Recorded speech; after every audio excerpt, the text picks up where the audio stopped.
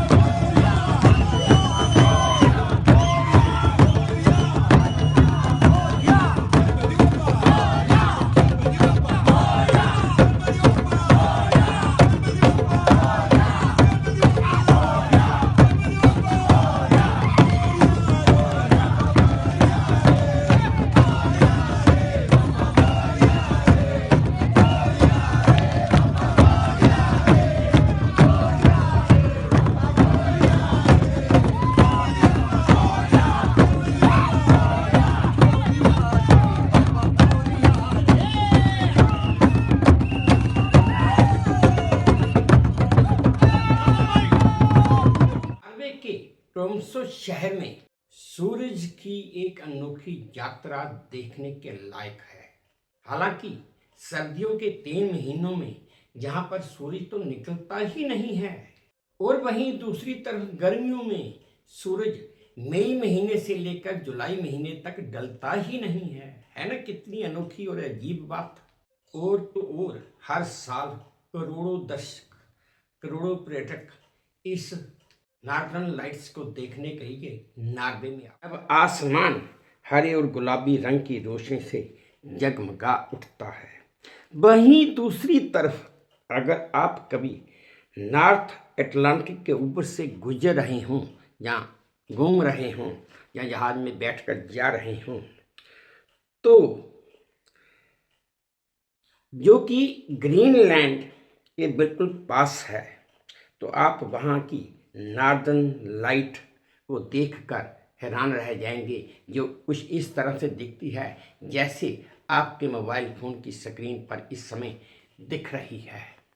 आपने ऐसी लाइट्स बहुत कम या शायद ही कहीं देखी हो, लेकिन ये भी एक हकीकत है।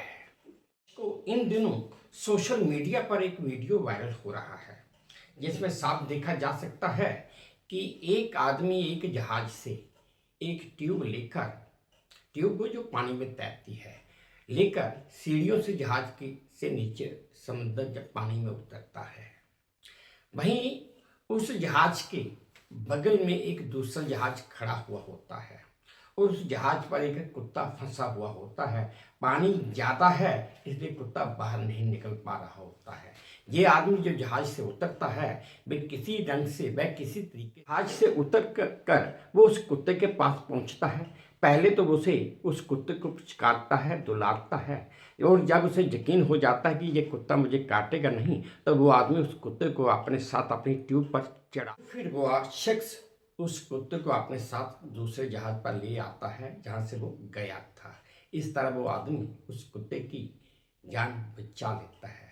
दर्शकों, आप ये वीडियो देखिए जो मुझे V2 न्यूज़ के सौजन्य से प्राप्त। दर्शकों, ये है वो वीडियो जिसमें आप साफ देख सकते हैं कि कैसे एक शख्स सीढ़ी से एक जहाज़ से पानी में उतर रहा है और उसने ट्यूब भी साथ में ली है, ट्यूब के साथ रस्सी भी बंधी हुई है।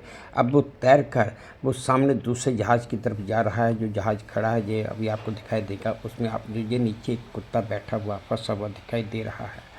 अब ये शख्स उस कुत्ते के पास पहुंच रहा है, तो पहुंच कर ये पहले कुत्ते को प्यार से पुचकारेगा, फिर उसको दुलारेगा। जब इसको आदमी को विश्वास होगा ये कुत्ता मुझे कुछ नहीं कहेगा, फिर ये शख्स बड़े आराम से इस कुत्ते को अपनी ट्यूब के ऊपर चढ़ा लेता है और उसे खींचकर वापस अपने जहाज़ की तरफ ले आता है। इस तरह ये इस कुत्ते की जान भी बचाता है। आप ये साफ देख सकते हैं कि इस वीडियो में आपको साफ ये नज़र आ रही। ये देखिए, अब कुत्ता उसकी ट्यूब पर चढ़ गया है और अब ये शख्स वापस उसे जो दूसरा शख्स जो रस्सी पकड़े हुए बैठा है दूसरे जहाज़ पर, वो उस रस्सी को खींच रहा है और ये शख्स इस कुत्ते को साथ लेकर जा रहा है।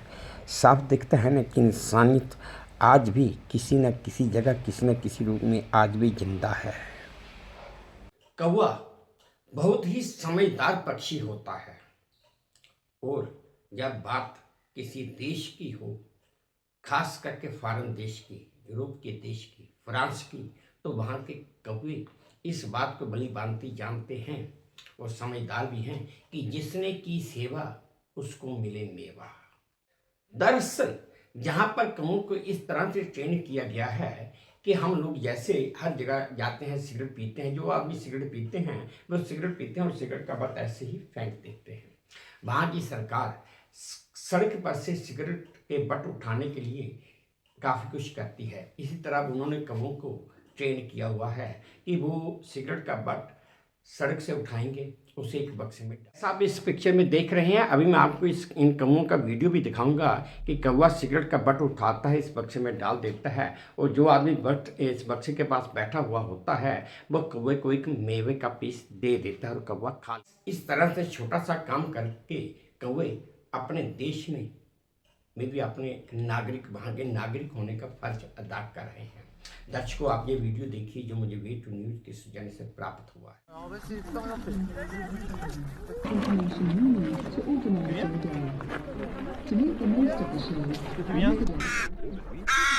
C'est un boucle embêtant. Bien. C'est super. Voilà, ça va revenir. Plus d'un coup. Bah, dis donc, c'est exceptionnel ça. C'est vachement bien. Voilà. C'est bien.